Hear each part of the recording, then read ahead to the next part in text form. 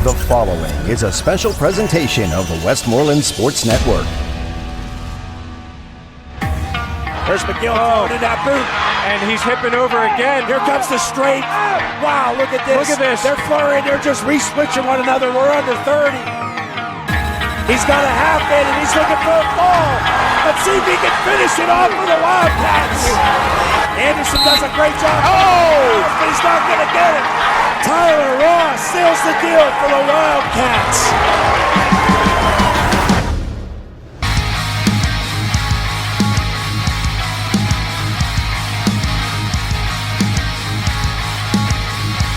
Buckle up, wrestling fans, as we bring you a special edition of Westmoreland on the Mat. We have a great lineup of special guests from a variety of positions in our wonderful sport of wrestling. Special thanks to our presenting sponsor, Vince DiAugustine and Manor Valley Golf Course, for hosting us for this podcast this evening. We certainly appreciate the great hospitality, especially the forehead temp check versus the method used to check my dogs this past Monday at the vet. We certainly appreciate those. No problem, man. Right. Alongside Jeff Shaw, Dan Flickinger behind the controls over there, Vince DiAugustine, I am Smitty. From our family to yours, we hope and pray you are staying safe during these challenging times as we continue to celebrate our 10-year anniversary here at Westmoreland Sports Network. I mean, we got to give it up right there. 10 years. Thanks, We've been in business. It's been awesome. We welcome our special guest this evening in no particular order. We will have Luke Pletcher of Ohio State. I know he's going to be last. We will also have the University of Pittsburgh's Mickey Philippi, the University of Buffalo head coach John Stutzman, and our good friend PIAA official Kurt Kesnick, also an athletic director at Chartiers Houston. As we navigate these very challenging times, many life-altering, life-changing decisions have been made to cancel all athletics. With the NCAA wrestling, there's going to be a decision made on Monday whether or not these seniors will be able to return for another year of eligibility, and we'll talk a little bit about that. As Vince and Jeff laugh about something, I don't know if it was some kind of a Snapchat. We love to have fun here at I was thinking about Westmoreland the temperature thing. I was thinking about the temperature thing. It was pretty funny. I That was thought good. Christy actually helped me draft it up. That I'm was like, I really got to good. say something funny here. So thanks to thanks. Christy. Yeah, that was Almost ruined the intro. I Perfect. thought it was a great It was intro. really good. Yeah, but no, thanks to Vinny for having us over here. If you've not been to Manor Valley Golf Club, and is this export? Is this considered is export? Export. Yep. Export. Come on out. He's got a beautiful 27-hole course. Memberships are, is it 18 or 27? 18. 18. Why did I say 27? It is 18. I'm thinking of Maybe you're in Cloverleaf. Yeah, I'm good. sorry. Hey, give them a plug. Cloverleaf Golf Course. Go there. 18-hole golf course. The front nine is lit, so when things do fire back up, hopefully you can come on over here. And he has added on this beautiful, I mean absolutely beautiful, first-class, 5-star venue, so weddings, baby showers, bridal showers, what have you. If you're just looking to catch a Bucko game or a Steeler game, come on over. It is absolutely a dynamite atmosphere, and we're so grateful to Vince and all that he does. Vince, I kind of want to lead into a question with you. Curtis Phipps, the first Norwin High School state champ, carrying literally the weight of his world. You know, we had him on last week on our podcast, and we talked a little bit about that experience. And, he was carrying the weight of North Huntington and Irwin pretty much minutes before he went into the state finals. How grateful and how much thought have you given to the fact that just days after Curtis wins the state title, avenging 2 runner-up finishes in the previous PIAA state finals, how grateful are you that, this pandemic kind of held off or decisions were made to, he was able to go win a state title is what I'm trying to say. I mean, have you given that much thought? Grateful and relieved. Yeah, relieved for Relieved sure. is the Yeah, we biggest. talked about it a little bit. I think in the previous podcast we talked about the Norwin curse a little bit. Sure. And it would only be fitting that this pandemic came maybe like the morning of the state finals or something. So, we're really relieved and thankful for the opportunity to go out and compete. And obviously we feel terrible for the guys that maybe we're going to interview here with Mickey and Luke, that they will not have the opportunity. We're thinking they will not have the opportunity to compete. And, you work so long, but most of these guys work their entire life for one common goal, and whether it be a state champ or a national champ. So, we're grateful, but we're also, kind of bummed out, because Curtis's brother was competing in the Division I tournament too. And he's a senior as well now, he is, right? yeah. And it's kind of, devastating for them. But hopefully we find out that these guys made peace with everything they've done and the training that they put in, and they have no regrets. So. Sure, and I'd like to know, too, Jeff is an assistant coach for head coach Vince DeAugustine and had a big part in Curtis's success this year as a state champ. Jeff, you talk a little bit about your thoughts and reflection on how, I guess we can use the word lucky, fortunate, that he was able to compete and win Norwin's first state title. And it was. Like we said, it was relieving for the community of North Huntington and Norwin in specific, but I think what we're going to see moving forward, especially speaking with Mickey and Luke moving forward, and I think we're going to find this throughout the entire wrestling community, because of the work that these coaches do at all levels with wrestlers in particular, their mindsets are so good. And, Vince said, I think they'll find that they're at peace. And I think that's what we're going to find from these guys. And from what I've the individual I've spoken to throughout these last 2-3 weeks, yes, they're very disappointed. It's, heartbreaking. But because of the young men they become, because of the coaches, specifically in Western Pennsylvania, because of the culture that we have, that's something that we're teaching as these men come up through, the young men come up through, is how to be young men moving forward after wrestling. Yeah. And I really think that's going to be, I don't want to say consensus, but it's the only option they really have. Yeah, and I think that the wrestlers will deal with this, cancellation of everything, better than, let's say, a basketball player or a baseball player or a track athlete, whoever it is. I just think because the mindsets they have as individual human beings. Yeah.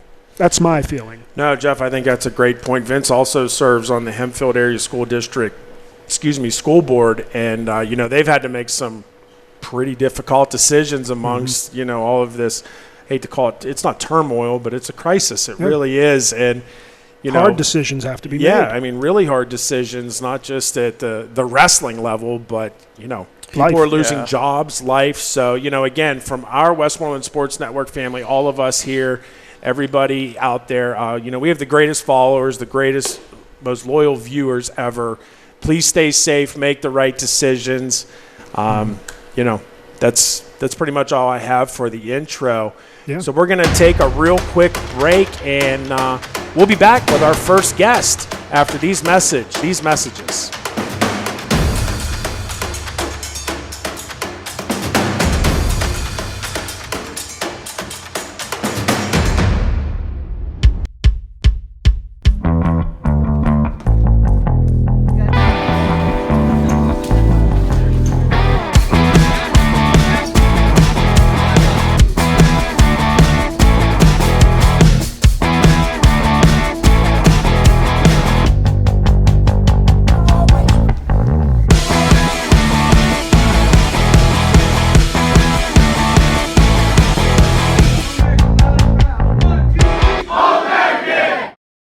You have pain?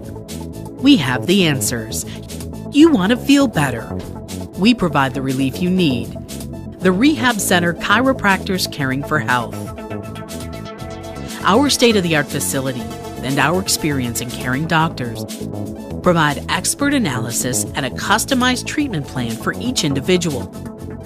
The Rehab Center, Chiropractors Caring for Health, with locations in North Apollo, Kittanning, Lower Borough, and Clarion. For more information, visit our website at therehabcenters.com. Welcome back to Westmoreland on the Mat. Now joining us, our very special guest from the University of Buffalo. It is 7 years head coach John Stutzman. Stutz, thanks for taking the time to join us. How's everything going up there with you and your family? It's doing great. Kind of hectic, kind of bored, but it's been interesting, to say the least. Without saying that, I know it has been very interesting everywhere for no lack of what's going on in today's world. Certainly dealing with a lot of challenges, a big crisis, the first time ever. Obviously we always talk about God bless the United States of America, but at this time it's God bless the entire globe. talking a little bit about you. You've been there now for 7 years as the head coach. You had 2 national qualifiers this year. You had a very young lineup, had a successful season. You know, you were talking earlier before we came on the air about 6 or 7 freshmen and sophomore in the starting lineup, but you had 2 seniors this year in Troy Keller and Derek Spann, who qualified for the NC2A Division I tournament that would have happened this past weekend. Unfortunately, those were canceled, and their fate kind of weighs into a decision that's going to lead into next weekend. Talk a little bit about that delivery to those 2 young men who have, let's just be honest, they've wrestled 20, 21 years of their life training for this very moment. Talk about that message to those 2 young men. Well, it was difficult, right? So we practiced early. You know, we got out of practice probably at 2:00, but we were hearing some rumblings all day, and those guys, you know, we had a little conversation, you know, and then those guys they went to class, you know. And then I got word from my administration I was officially closed and canceled, and then I had to make a phone call to those kids when they're in class, and that was probably one of the hardest things I did. Wrestle hard, they live a good lifestyle, and just to tell those guys their season's over. For a guy like Troy Keller, who's a senior, Derek Spann's lucky he's a junior, but you know, it was heartbreaking. You know, whenever you end something you put your whole life into, it almost feels like a death, you know, and I think he took it that way a little bit, but he's been awesome, man. He's been positive about it, and so we're just moving forward and looking forward to Monday to see what the final outcome is. Now, if the decision does come to fruition that they're going to allow these returning seniors to come back and compete for another year, do you feel like Troy's in that position, you know, not just mentally and physically, but professionally? You know, perhaps he has a job lined up, he's had an internship, he's grinded all these years. I mean, what kind of a position is Troy in to come back and compete for another year? Well, he's ready, you know. So we started having conversations about the freestyle scene. I mean, everybody knows I'm big into USA wrestling and freestyle, and so I was actually getting my balls and keeping him back for, you know, a year or 2, you know, to keep training, and now it just makes it makes it a little easier, right? It's now he has something to look forward to, whether it's freestyle or the NCAA season, and luckily he has to take one more class to graduate. So I kind of and he never redshirted. So with all those things, it fits great in his schedule.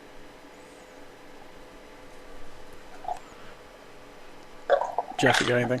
Yeah, you know, you probably had different conversations with both of those, with Derek and Troy. You know, Troy being the senior and possibly not having the opportunity to come back.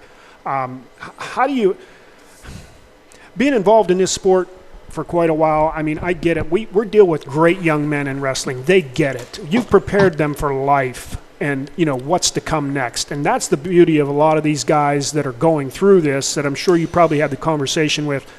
You know, they're strong enough mentally to be able to move forward from this, but I'm sure you did have a conversation with Troy and Derek separately. Derek is able to come back, right. But how did Troy react to you and to this being, you know, possibly the end? Well, at first it was like I said, it felt like to him it felt like somebody died, you know, and I don't want to say it like that, but that's the way he took it, you know. But then after, you know, we had a bunch of conversations, and he really just think about life and think about what's going on in society. Wrestling was a small part of that, you know. And he's a special kid. He's starting to figure it out, and just because he understands, he's looking around. He understands that he's not the only one affected by it, and so I think that's given him a little bit of sense of, you know, ease. You know, a sense of, you know, eases his mind a little bit, knowing that he did everything he could. Regardless of the decision that comes next week, did he indicate to you what his future plans will hold either way or both ways? Yeah, we just had a conversation tonight, literally probably 30 minutes ago.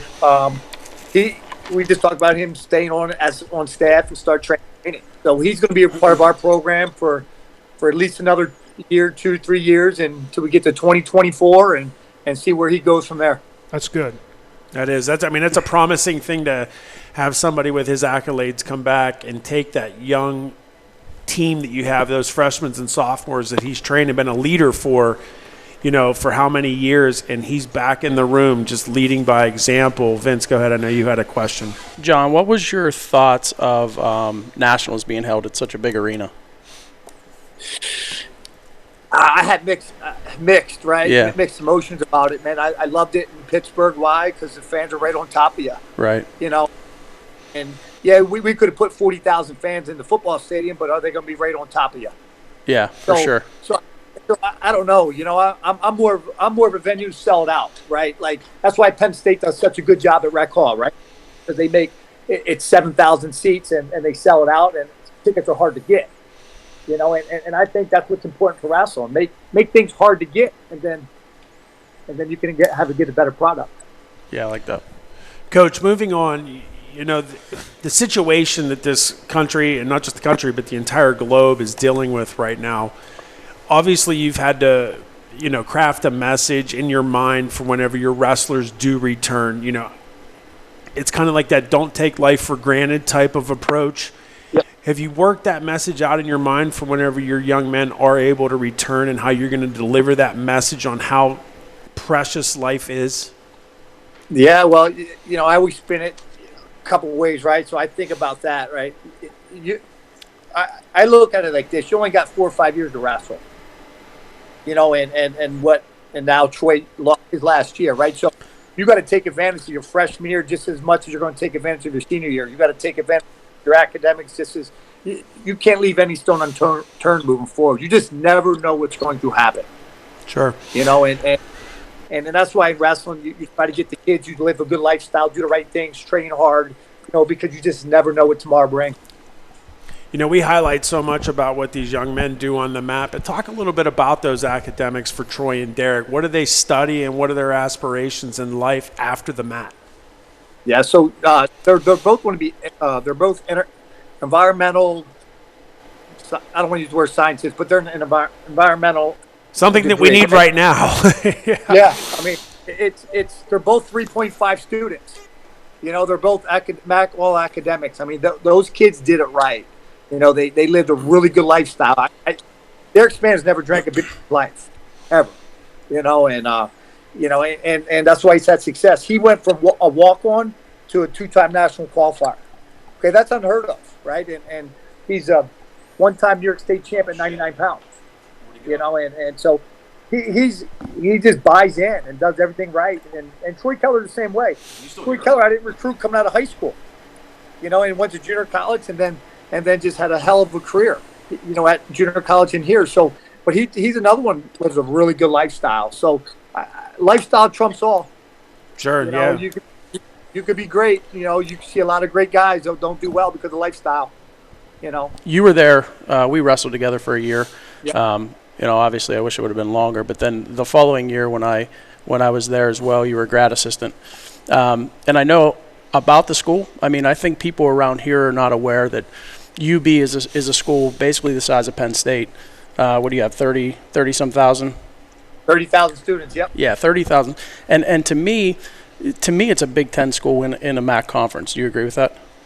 It's 1,000% true. If you look at our academic standards across the board, Penn State's an AAU institution, Ohio State, Michigan, North Carolina, even though that's an ACC school, Louisville, ACC school, Rutgers, Big Ten school. We're the same type school academically. We're the same type school, across the board. And facility-wise, too. I was always impressed with the facilities.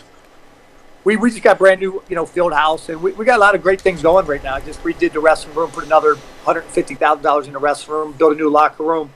So we did a lot of upgrades since I've been there. So we have all the bells and whistles at UB, and academically, it's a top 50 state school in the country. Our business programs are a top 50 program in the world. Our engineering program is unbelievable. We have, like I said, we have all the bells and whistles. We have all the academics. It is a Big Ten school. There's no doubt our academic profile does not fit inside the MAC conference. Yeah, I agree. I've always said that. And for you, looking into a Western PA, we're a little arrogant down here where we think Western Pennsylvania is by far the best wrestling in the country. So Hands down. And what is your thoughts on what do you look for? What do you want to see out of a Western PA kid? Obviously, getting recruited to Buffalo, but what kind of kid are you looking for? Well, first of all, Western Pennsylvania kid, a Pittsburgh kid, they got to understand we're only 3 hours away. Right. 3.5 hours away. We're not that far, but you think of Buffalo, you think we're in the Antarctica or something, right? You think we're way far up there, right? Or Arctic Ocean, whatever it is. But we're not. We're 3 hours away. We got unbelievable academics. Average SAT score for me to get a wrestler in is 1,100. So we're recruiting good kids with good grades, and you're going to get out of here. You're going to get what you put in. You're going to get a world-class education. You're going to wrestle an unbelievable schedule. You're going to get good coaching. I'm a little biased. I'll say great, but you're going to get really good coaching. Okay, and you're going to win at a high level if you buy in. And the ones who do that, they have a lot of success. Coach, obviously we're in a dead period right now. We were talking offline before we came on with you that you're unable to speak about individuals that you're recruiting from the WPIL or Westmoreland County. Specifically, we are a Westmoreland County broadcast, although we tout Westmoreland, Pennsylvania. Is there a lot of interest from you and your staff recruiting a lot of active high school wrestlers down in this area currently? Without a doubt, we've been down there a little bit recruiting. I got to get down there more. If I'm not doing my job, if I'm not in your area recruiting, if you're not coming down Route 79, you're not doing your job, right? And I can go. That's right. You got to live in there, and I got to get more guys out of there. And sometimes I'm a little cheap. Vince knows I'm cheap. So, but I gotta open the pocketbook up a little bit and get out there and get the right kid. And the right kid costs money. And I'm prepared to do it. Do you think that that's been your biggest hurdle on being able to lure these kids up to UB, is just because of the talent and because they're going to cost a little more? Or what have been the extra hurdles that you've had or experienced with Western PA kids? Yeah, I mean, that's the biggest hurdle for me is I'm trying to build a roster, so when I first got to UB, I try to build a roster, right? I'm trying to win dual meets, right? I love dual meets. I think dual meets are fun. I think dual meets bring fans, but you got to put money into great kids, and that's the way you're going to win at the national tournament. So you got to make a decision. You want to win dual meets, or do you want to have All-Americans and national champions? Right. But my shift now is starting to switch from, okay, I got to get national champions and All-Americans, right? Because I've won dual meets. We've won 150 dual meets, so now I got to shift my thinking a little bit, and that's why I got to get down there. John, I clearly agree that when you say about a great coach, because I experienced you, unfortunately for a short amount of time. You're obviously you love the sport. I could ask you, we talked earlier. I could ask you, who was in the national finals of 150 pounds in 95, right? And you're going to know who it is, right? 150, 95. Right. See, he's the type of dude who knows it. He just loves it, right? So, I think that's part of it. I know that's what you're getting up there with you on staff, with you as the head coach, is you're getting someone that is obviously well-rounded, loves it. You want the Matt Rat type kid. So I guess my question was, correct. I'm not good. Yeah, I'm not good with half-in guys. I mean, right. As I get older, I'm a little more stubborn too, right? I'm a little more. I don't know. I got to do a little better job, but I need all in. I'm not good with half-in guys. And the shift from I love them. Tell me this, and what I've seen lately when I talk to a college coach, hey, it used to be, are you looking for this weight? But now it seems to be, I'll take any kid. As long as they're a good kid, I'll take them and find a spot for them. Those are the type of kids that you build your program around. Whereas, and correct me if I'm wrong, maybe early 2000s, it was always like you were trying to get a specific weight. Has that changed?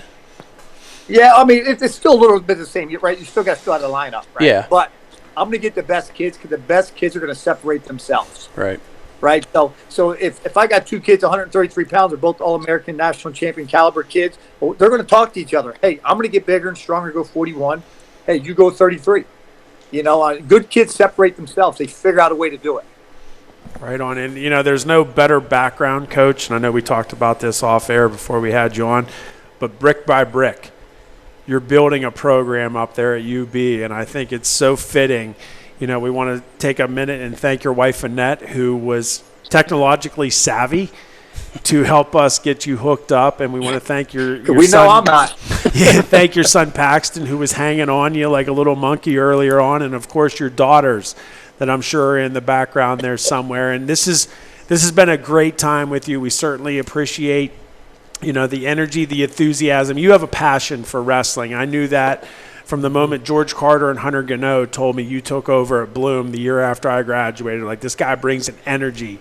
And I was so excited for the two of those guys. And it's almost like I wrestled for you. And then being such close friends with Vince, I feel like I know you and I wrestled for you, but I actually didn't. But I certainly appreciate your enthusiasm, the passion, the energy you bring to our sport, because, without us, we don't have anything. It is us. We are a family, and wish nothing but the best for you, your family, your program. I know during these challenging times, you've got some hurdles ahead of you, and you're kind of in limbo. You're waiting for some news here in the next week or so. So best of luck to you and your program up there at UB.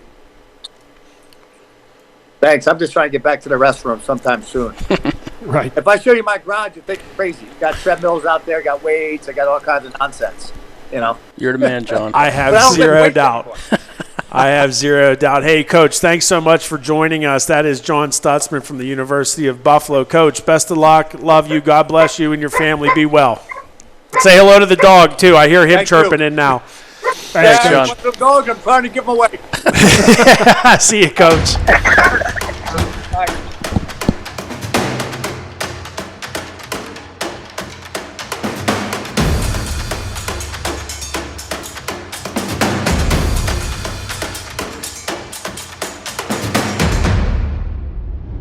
Dr. Scott Learn and his dental team have been caring for the community for over 20 years. Dr. Learn offers a wide variety of dental services, including oral exams, gingivitis treatments, crowns, veneers, and more.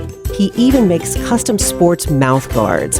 Call 724-537-3314 or visit scottellearndmd.com. Dr. Scott Learn General and Cosmetic Dentistry in Latrobe, giving you the confidence to enjoy your smile. Hey, wrestlers, want to get to that next level of training and win the big matches? Earn those wins by training with the Griffins Wrestling Club at Seton Hill University in Greensburg. Come train with college wrestlers, coaches, local youth, and high school wrestlers in the same wrestling room Seton Hill University trains in. Training sessions are just $10 a practice or $60 a month. Team discounts can be arranged. Contact Coach Dom Nania at 412-508-3643. Griffins Wrestling Club. Learn to train, compete, and win like a Griffin.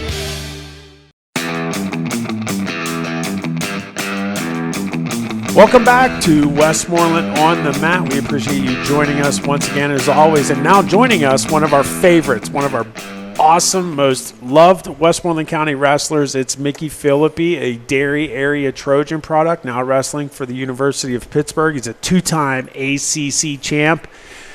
Had big aspirations this year to head out to Minneapolis and get himself up on the podium this year, just falling short last year. Mickey, thank you for joining us. How are you and your family holding up during these challenging times in not just the country, but around the globe? Yeah, I mean, we're doing good. This is a crazy situation. We're doing our part to, like everyone says, stay away from people as much as possible. So we're really just, I've been home working out here and doing what I can. And my mom still has work, so she's going there. And then I'm just hanging out with my sisters and my girlfriend's actually here too. So nice. Well, tell your girlfriend and your sisters hello from all of us at Westmoreland Sports, certainly from our family to yours. We wish your family nothing but the best. You've been, one of our favorites since we began way back when in 2014. I remember one of our first matches we did at the county finals was you and Luke. And then one of our final broadcasts was you beating Luke, not just one of your training partners, but one of your best friends. You beat him in the county finals. It was such an amazing match. And, of course, we always do the Dairy Latrobe match, kind of a pre-sample for Christmas. It was always a great match, and what a rivalry that was. But moving on, we want to talk a little bit. You won your second ACC title this year. You had another one of those remarkable years for the University of Pittsburgh. Kind of reflect on the last couple of years for your career at Pitt so far, please. Yeah, I mean, since being at Pitt, I feel like I've come into my own in my wrestling. I feel like I've gotten better. in a lot of positions. Like on my feet, I'm like confident. I feel like I have go-to attacks to both legs, which is a big deal. And I just feel like I can score offensively, score defensively. So I feel like I've made a lot of gains since I've gotten to Pitt. And I think as a program, we've also made a lot of gains. Pittsburgh's we're on the rise with recruiting and the guys we have, just developing them. And I mean, this year we cracked the top 10. We actually ended the season at 8th in the country, which was pretty cool. I mean, we're not satisfied with it by any means. I think we wrestled NC State, who ended the season at like number 2, and I think we thought we could win that duel. I mean, one match goes another way, possible. So a little frustrating there, but I mean, I feel like we're doing really well, and it's fun. It's fun to be on a good team. Well, let's stick to that note right there about Western Pennsylvania. You being from Westmoreland County, the WPIAL, do you feel like you have an impact, and not just you, but your teammates that are also from the WPIAL, you know, kind of putting a little bug in Coach Keith's ear about recruiting, you know, who do we want to bring in, who's going to fit into the mold of our program in the future as we build? Yeah, I mean, I know a lot of these guys, so I think that's helpful. Like, I grew up, like, it's crazy now because the ones that are, like, winning states this past year, they were, like, little kids, you know. I was, like, I don't know, I guess, like, the older guy in high school, but so like, I knew them growing up, so that helps with recruiting. But also, the coaches know. Like, Keith knows that Westmoreland County is the hotbed. He jokes around like and says like this is like the wrestling mecca like of our country. It's like we have I mean, look at Iowa right now. Look at Penn State. You look at any good team, they're pulling kids from Westmoreland County, or I mean a little bit Central PA-ish, but like for the most part, it's Westmoreland County. So. Our coaches know. Drew knows, Keith knows, Gordon knows. They know that this is an area we need to recruit. And I think me and like primarily, I mean, I think 3/4 of our team, for the most part, is Whitfield guys. So it's kind of cool. It's like a home match is really a home match now. Sure. So. Yeah. Mick, my question for you would be, I mean, I think you have one of the best coaching staffs there is with Keith and Jordan and Drew. What do you think if you were going to go out and recruit for them? What would be your message to somebody of why they would come to Pitt? Yeah, I mean, I would say one thing for me that makes a big difference to someone coming from this area is, like I just said, a home match is really a home match, and I think people really underestimate that. Like, it's fun. Being at a match, then after the match, talking to all these people that I see that they've grown up watching me wrestle, and I've seen them at my high school matches. Now I see them at college matches, and like, I definitely really put a lot of emphasis on that. But also, I put a lot of emphasis just on the fact that, like, I mean, our coaches they expect a lot. We aren't settling for mediocre, you know, like. We want to do well, and you have guys in our room that are staying after practice, doing the extra things, living the right lifestyle. We have a culture where, I mean, you don't have those guys doing the wrong things. I mean, I don't want to say exactly what that could be, but I think no, we understand, and I think that's one of the big things that you know, as a head coach. I was always a little hesitant to maybe send guys down there. And now it's you know, I love sending guys down there. I mean, those are 3 solid, not just wrestling coaches, but 3 solid human beings. And I think you know, that's just as important as like you said, the wrestling. I mean, you're those guys are just superhumans, and I have no problem sending guys down there. And you know, we look forward to the future of Pitt. You think that? Yeah, it was. Oh, sorry. No, go ahead. I was just going to say it was different. Like, I was going to say, I mean, you know, you coached me even. So, like, the recruiting process at that time was different for Pitt. And I liked Pitt because it was close to home, but I didn't like the culture that was there. And I want to win a national title. And I'm very open about that and straightforward. And it's like, I just didn't feel like that was the place. I didn't feel like people were living the right lifestyle to do that. And I wanted to be around people that do want to do that. Whenever they made that change, I mean, I think it made it easier to want to be at Pitt. And I think people now, I mean, with the recruits we're getting, it's they have the same mindset. Like we're recruiting kids that live that culture, live that lifestyle already. So Yeah, awesome. I think you just nailed it right there. I mean, you said 3/4 of your team is from the WPIAL, and the culture of those kids, just from the WPIAL, it's carrying over right to Pitt and making it a winning tradition, or back to the winning tradition that they've had, just because of the type of the kids that they're getting. You know, they're coming from good programs, from winning programs, and that's carrying over. And you guys have wrestled together for, from the time you were in, JOs even. So you all have a common goal and the common culture, so that's what's building. I wanted to ask you, you have quite a few teammates there that are from the same area, and you said about 7 qualified for the NCAA tournament. What in the room was discussed, or what did you guys feel about it being conducted at Minneapolis this year? What did you think? What did you guys talk about, like, because it was going to be such a big venue? Yeah, I mean, there was a lot of discussion. I mean, I didn't realize how big it was until, I think we all saw that picture come out. Yeah. I don't think any of us did, Mickey. Yeah, I didn't realize it was that. Like, I was like, oh, it's going to be big, but, like, we'll figure it out. But then I saw the picture, and I was like, this is different. I can't even lie. Like, I'm not going to pretend. Like, a lot of people are like innovation, which I agree with.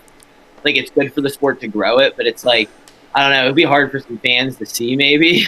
Right. Like, I was thinking that, but I mean, it would have been cool. I think it would have been a cool experience just to be in that stadium, and I mean, the environment would be cool, but it definitely would have been different. We really talked about that a lot. We all talked about how it's just going to be spread out. It's like, how would you warm up? Because, like, all the mats are split, so it's like, to pick a mat, you don't, like, like, warm up dress. Like, you're running the whole entire arena because all the mats are connected.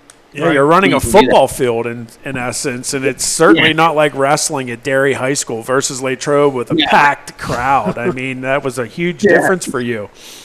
How many of your teammates that qualified will possibly not have the opportunity to go again if the decision is made to not grant that season? I mean, how many seniors did you have that kind of? Yeah, we had 2 that made the tournament. It was our heavyweight. He's from Missouri, but he's a great guy. He it sucks because he does everything right, and, like, if he doesn't get that year back, I don't know what's going to happen. I know he's okay with it because he's just, I mean, he's like, I don't know how to say it, but he's okay with it. Like, he figured it out, and he's okay with it. I mean, he's sad, but his life's bigger than that, I guess. But and then Caleb, our 157, also from Ohio, he was real upset about it too. But like I said, I think they're, like, having a good mentality about it and just, like, trying to. I mean, like, our coaches talked to us and they just said, like, this just teaches you to don't take things for granted. Like, and the guys that are already there, like, still going to be there, like, we're really going to be able to, like, obviously apply that. But it's like, this is a big life lesson that, like, you never know. Like, who would have thought, like, a pandemic's going to come about? Like, that's the last thing I think anyone would have thought would stop the NCAA tournament. And, like, in general, I don't even know the last time it was stopped. So, like, I saw, like, someone tweeted, was like, 2020 will be the year. They'll be like, who were the All-Americans? And there just won't be any. And that's like, it's the unthinkable. Yeah, it's literally unthinkable. It's like, I don't know. It hurts for me, but like you said, like, those seniors, like, I feel really bad for them. Like, there were some tears shed in the room whenever we found out. I mean, we put a lot of emotion in this sport. We put if you're serious about the sport, you have to, like, put everything you have into it. So, yeah. So it hurts some people. I mean, it hurt me. I'm just fortunate that no matter what, I'm gonna have a year. But I feel for those guys, So talk a little bit about that. Like, did coach call a meeting, have everybody come to the training facility there, and delivered the message like, hey, we're canceled? And talk a little bit about that. I mean, I hate to be somber, but, that's kind of what we want to do with this podcast, is talk about the effects of the pandemic. Yeah, I mean, we practiced leading up to the tournament. Like, we were just ready to roll. I mean, it was like we were peaking, so we were just training, not too hard, like the normal stuff you do whenever it's coming to a big tournament. And that day, actually, the day before that, we kind of knew something was going on. We never thought we were getting canceled. We found out that we weren't going to have fans, and that was like that's going to be weird, only to have your family there or whatever. But But when they brought us in, we were actually playing dodgeball. They let us play dodgeball because like they were waiting on a call to like see what, cause like it didn't go through exactly yet. So then we got the phone call and we all like huddled together and they just told us like it's unfortunate, but this year NCAA is like, canceled as of now, and it's not postponed as of now. Like they didn't say like we didn't know 100% what was going on at that moment, but we knew that it definitely wasn't happening like on the date it was, and everyone was really upset. Like I said, like tears were shed. I mean, myself and a couple other guys, like we sat in the room for a while, just like sat there and talked. And I mean, I didn't know what to do. Like I was like, should I work out right now? Like, because we're not like, what should we do here? But I mean, I've worked out almost every day basically like, since we found out. Just because it's weird. It doesn't feel like without the closure, of a tournament like in high school states, and now it's like, and I mean, I wrestled all year round, but it's just like, it changes. It's a different training, and without that closure, it doesn't feel like it ended. Like it doesn't feel like season's over. Now you're 57 in heavyweight. Based on what you've learned from them and the conversation you've had thus far, I guess the decision's going to be rendered on Monday, whether or not they're granted another year of eligibility. Have you gotten a sense from them what their decision is? I mean, you got to take into account the mental strain. Can I do another year? The physical strain, can my body handle it? And professionally, like maybe these guys have internships lined up and they're ready to go be a professional, go work. Have you gotten a sense from them what their return status will be?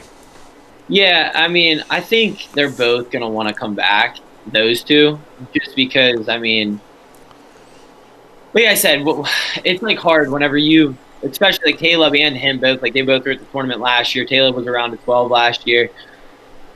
Meech was, I mean, I think he was the 7th seed in the tournament this year. Like he started the season ranked really high. He's still ranked really high. And it's like, they have a big opportunity, like they could make some noise out there. So they both want to come back.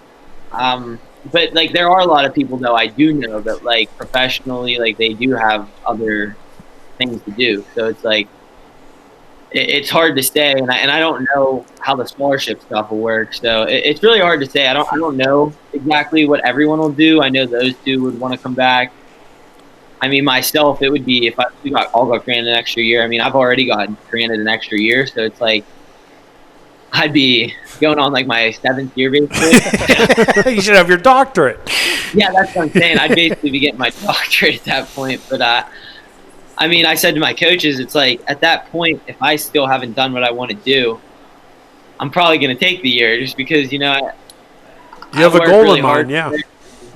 And like, it's just you only have so many opportunities. I mean, usually it's only 4, but some people are getting more. But it's like when you work as a little kid. I mean, I remember being that like I don't know 7-year-old looking up to those national champions, being like that could be me. And now it's like that dream could possibly become a reality. I mean, I wouldn't want to pass it up, Speaking of, I mean, go ahead. I'm sorry. Go ahead, Mickey. No, I was just going to say the professional aspect is different, but for me, it's definitely that I would take it if I got it. No, speaking about being a little kid, I mean, I know you remember back when you were wrestling at Hershey at the state tournament. Ty Zimmerman went on and he got himself to the podium this year. Did you have conversation? Was there dialogue with him along that route? Yeah, I mean, I've always worked with Ty. Like Ty is actually he's like my cousin.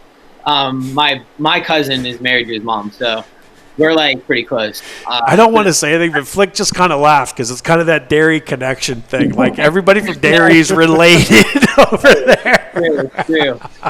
Everyone's related.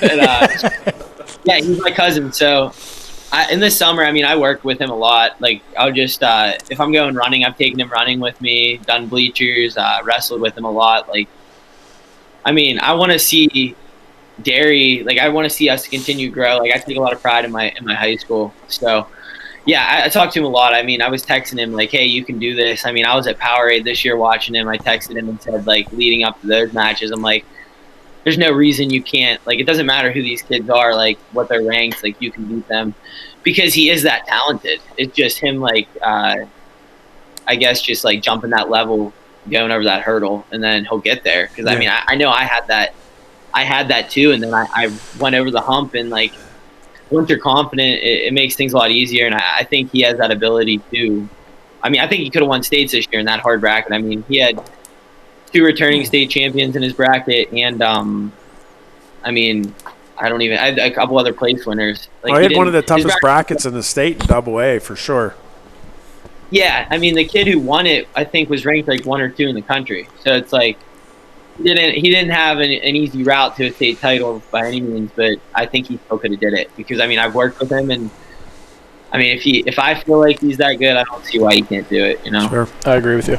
Yeah, he's Jeff. I know I've taken a lot of time. Go ahead, Mick. Real quick, we touched base a little bit today. It was before we even talked about this podcast and your summer plans, and obviously we would love to at Norwin get you in a room and work with our guys. Is that your plan for this summer? What are you looking at as far as obviously you're going to train, but as far as camps, clinics, anything like that?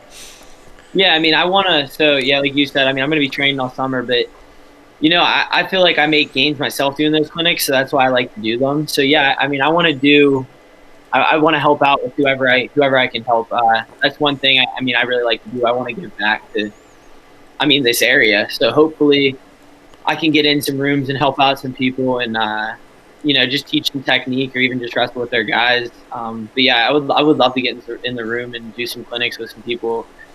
Like I reached out to you and said like I would love to come in Norwin and help out your guys. So yeah, we'll just make sure you keep me first on the list. Yeah, Vince is lining up workout partners. I don't want this to get crazy now. Hey, along those lines, Mick, you talked about you like to give back, and it's something you obviously have a passion doing. What are you majoring in, and is coaching, do you think, going to be part of your future? Yeah, so I'm actually graduating this semester with a degree in communication, and then I'm getting my master's. You can come work for Westmoreland Sports Network when you're done. Yeah, I could do that. I could definitely do that. But so after that, I'm going to get my teaching certificate and my master's in education. So I'm definitely going to go that. I mean, I don't know. I want that really just so I can fall back on it, to be honest. Because I've always had a passion for, like I said, working with kids, and I know that's something I might like to do, but I mean, I might coach at Pitt for a little while. I mean, if I do well, I would definitely stay on and help out, and if they're willing to, if they want me to, and if I end up somewhere else, I end up somewhere else. But I don't know how long I'd do that, just because I mean, I don't know if I've never lived that lifestyle. I don't know what it's like to coach a Division I team and travel all over, like while you have kids and all that. So that's why I don't know how long term I would do that, but I definitely want to coach at some point. And then, to be honest, I would like to do a wrestling club or something at some point. If that ever comes about, and if I'm fortunate enough to run into the right situation, I would like to do something like that for sure. Did that answer have anything to do with your girlfriend by you as far as traveling and stuff like that? Did she have any influence at all on that? All right. No, to be honest, you would love me to go. Anywhere else but Derry. Can we do a camp in the Bahamas? Yeah, for real. Like she's not biased to here. But where's she from? If she doesn't want you to do in Derry, where is she from? We have to ask. Well, she is from Derry. She is from Derry. Okay. I don't know. She doesn't know about it. I mean, maybe someday she'll like it here as much as. I mean, I love Derry. I don't just love Derry, though. I mean, I love Westmoreland County. I grew up with all these people, these coaches that I've been around. I mean, Vince was one of my coaches. I worked with him for a long time. It's like, I don't know. I want to come back here and give back because, I mean, all these people did it for me. Sure. So, and I want us to stay on the map as, like, what we talked about, like the wrestling mecca. Every year it's like you look at the PA tournament, it's like ranked guy after ranked guy and it's like these are number one recruits in the country, and I want it to continue to do that. So it wouldn't matter if it's Derry, it's just Western PA, maybe somewhere Westmoreland County, but somewhere in Western PA, huh? Yeah, I mean Pittsburgh, like the Pittsburgh area is nice, and I just don't know if I'd want to live in the city, but I do like Pittsburgh a lot. So I just want to be in Western Pennsylvania. to be honest. And I mean, if it doesn't work out that way, if I end up somewhere else in the country, that's all right. But Sure. Mickey, Awesome. I've had the opportunity to call your matches for a number of years now. You've been so gracious to join us whenever you come back for the county tournament or Powerade or the Dairy Latrobe match, and you've always jumped on with us. And your charisma, your passion, your love for the sport, I mean, you give off this energy that just oozes excitement, not just for our sport, but for the youth that are in the area. And I say this, and I mean it wholeheartedly, from our family to yours, you're going to do whatever you want to do. And I appreciate it. I have zero doubt that it won't be in Westmoreland County. I'll be shocked if it's outside of, maybe not necessarily in Dairy. But, hey, girlfriend, if you're there and you're listening, you heard it here first. He might be coming back to Dairy. So we certainly appreciate you taking the time to, talk with us about, it's a challenging year. It's a hard year. It's something that no Division I or any division wrestler has ever had to face, and you're doing it just as we expected, a gentleman. And you're going to be a leader, and you're going to lead your team through this in the future, no matter what the decision is next week. We certainly appreciate all you do for the sport of wrestling, especially here with all of us at Westmoreland Sports Network. You're the man. Well, I appreciate that. I honestly do. I mean, I appreciate you guys having me on. I mean, it helps promote pit wrestling, and I mean, I love what you guys do. You guys do a really good job of promoting Westmoreland sports in general. So, Awesome. Cool. Thanks, Mick. Keep being you, brother. Yep, you're dirty tough, bro. Best of luck no matter what happens with the decision. Give our best to your 57 and heavyweight, whether, they get to come back next year, they have to go on and live professional lives. And best of luck to you, and I'm sure we'll be talking to you soon. All right, sounds good. Thank you. See you, Thanks, buddy. That's Mickey Philippi from the University of Pittsburgh. We want to thank him once again for joining us. And when we return, we'll have Kurt Kesnick, one of our PIAA officials. Mickey, take care, brother. Talk soon.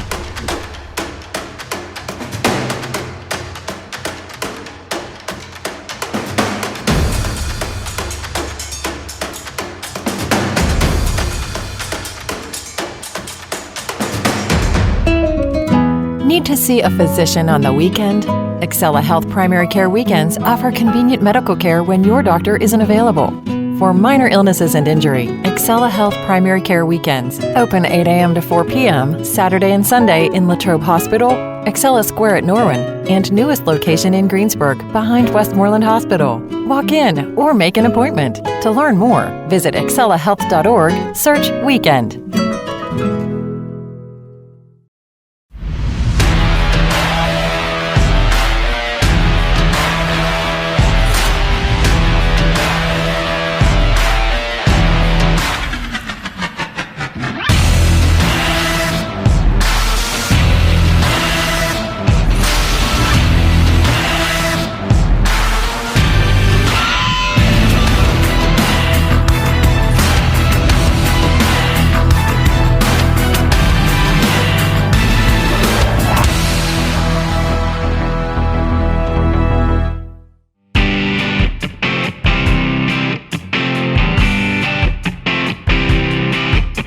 Welcome back to Westmoreland on the Mat. Now joining us, our good friend, PIAA official and sports athletic director for Chartiers Houston, Kurt Kesnick. Kurt, thanks for taking the time to join us this evening. Certainly it's been a challenging time with these, worldwide situation. We'd like to pick your brain a little bit and want to thank your wife for setting up all of the technology. I know we had a little bit of difficulty getting you on this evening, so wherever she is, be sure to give her our thanks. First thing we want to talk a little bit about, as the athletic director at Chartiers Houston High School in Washington County, you might have a pretty tough message to deliver to your spring student athletes, as in their season might be over. Talk a little bit about how you've prepared for that. Yeah, I mean, it is going to be a tough time. And one thing that, those decisions come from somebody with a lot higher pay grade than I am, and it's going to come from, it's going to come from the governor. and it's going to trickle to our superintendent, to our principal, and to me. And, it's one of those hard messages that is hard to get out to them, that these kids are losing, their favorite seasons. Some of these kids, I know a couple of our girls, they only play softball, or they only run track and field, or they only play baseball, and it's really difficult to see them and the emotions they're going to have when we have to cancel their season, which, we're hoping for the best, but, obviously it's not looking real good right now. Coach, now are there some of those student athletes that you just mentioned that are, a lot of their livelihoods are going to be affected by this decision? Are there some of those kids that might be on the cusp of a scholarship, baseball, softball, track and field, whatever it may be, where they're going to be affected, and you're going to have to really, you've been with these kids now for years and years. Archers Houston's a small community, so you've known these kids and their families since they were young.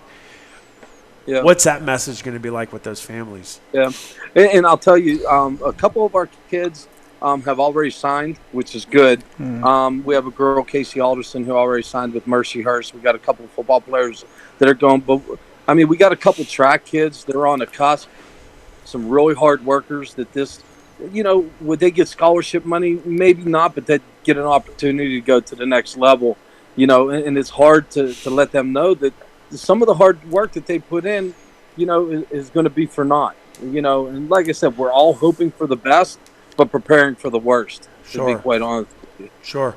So it is going to be a difficult time, and they're all going to tooth and nail for everything that they can get, whether it be, we continue our seasons or whatever we need to do. But I do feel deeply for all those kids. I wouldn't know what to do, even as a parent, if it would happen to one of my kids. They didn't get to compete in their final season. I'd be heartbroken. I really would be. Coach, earlier tonight we had a couple of NC2A wrestlers on, and, they got the message a week ago that they weren't going to be able to compete for a national title. You being so involved in wrestling, obviously it's in your blood. You've been an official, a PIAA state official for 26 years. It runs through your blood. Your idea of a gymnasium is wall-to-wall mats. No, yeah, and no disrespect to basketball, but knowing what wrestlers put in, the dedication, the perseverance, the passion that they have to get to that next level, what's your feelings for those guys as they're not going to be able to compete in Minneapolis this March? Yeah, and I feel the same and I know Luke Pletcher was on, and I refereed Luke, I refereed Mickey, and seeing Spencer Lee, our local kids that we take such pride in, watching them on the national stage, and as well as watching some of our fellow officials on that national stage, Johnny Knapp, who's one of my really good friends, and Patrick Frank, who was getting his first crack at the Nationals this year. I feel for those guys, that they don't, I don't know how many national titles Luke, I think he was going for a third or fourth or whatever it is, but they don't get that string. They don't get that legacy. They don't get to win 4 or to win 3 or to continue. That's got to be heartbreaking for those kids, because I know how hard Pletcher works and Mickey Philippi and all those kids have worked to become such great wrestlers for the state of Pennsylvania and Westmoreland County especially. Kurt, hey, I have a couple questions. I won't ask you about any bogus calls this year, but up at the state tournament, I know there were some questionable calls. And my thing was, as a coach, just things. I've never seen more cautions than I've seen up there. It didn't affect me. I'm just saying, in general, as a fan, you'd be like, what the heck's going on? There was some talk about the Thane Lawrence match. I didn't see it, and obviously it was a call that a lot of fans didn't agree with. But with that being said, we don't want to get into that. Somebody said 20 of the 28 officials up there, it was their first time up there. What is the criteria to get officials to the state tournament? And is our criteria in District 7 different than other ones, or how's that work?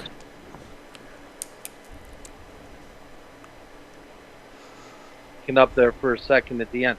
What is the criteria for? Yeah, what criteria do we use maybe in District 7, like to get there, or is it the same criteria that other districts use? I'll go back to the beginning of the question. You're correct. In 20 of the 28 officials that worked there were first-time officials. Right. To do a state tournament, and that is, and I don't care what anybody says, it's a different stage. Yeah. And it's just like when you're refereeing the WPL finals, and I remember Frank Volcano making the announcement of welcoming everyone to the greatest district championship in the state, and it is. No doubt. And it prepares us. And it prepares us when we get up there and we're able to referee states. I've refereed the Mickey Philippi's, the Luke Pletchers. I've refereed the kids funking all over the place.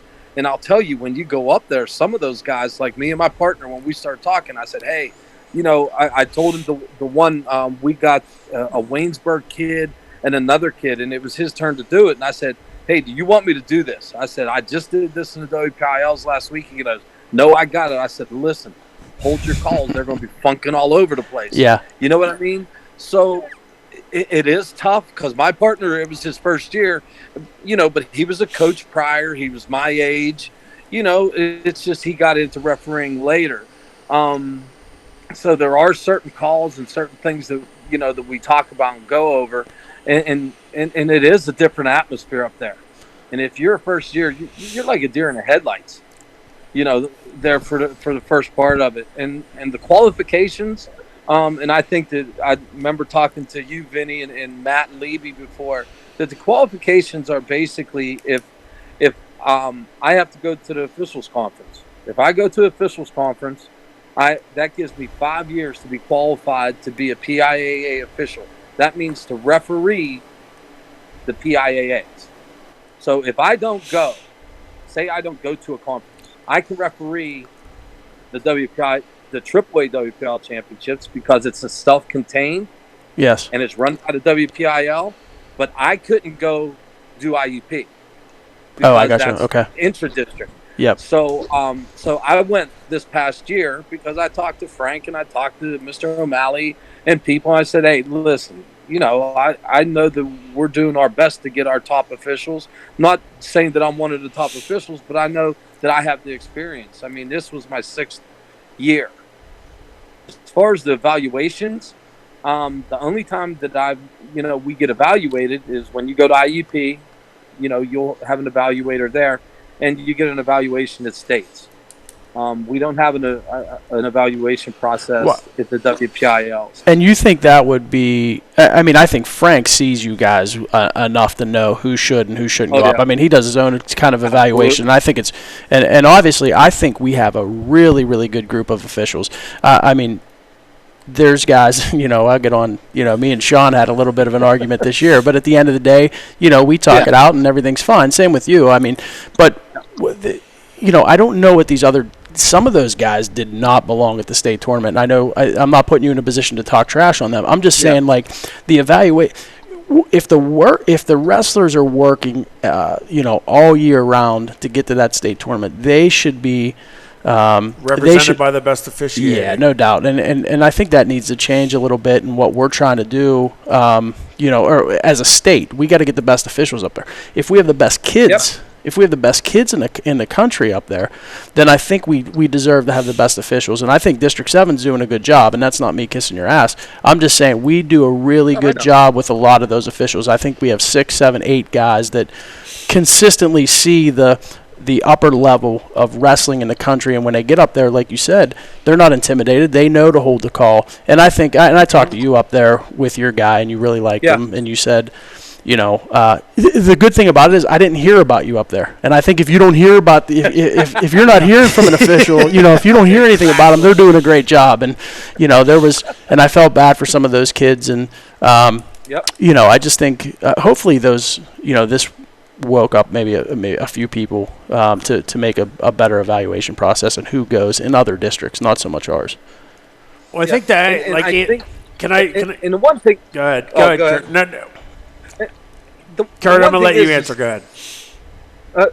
The one thing is that you can't send your best up year after year because they're always going to put us on a rotating basis. Like me, I don't see myself doing another individual, in this 5 year. I may do another team. I may get lucky at the end of this 5th year I may get lucky and get one more individual, but you're trying to cycle people through all the time to get them experience.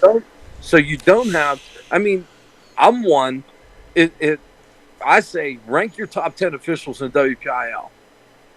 Go out, evaluate them, do what you can do. If you end up in the top 10, you end up in the top 10. I like it.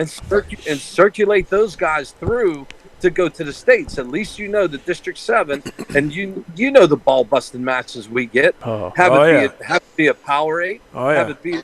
Well, hell, the WPL finals are a lot of time the state finals. So they were crazy this year.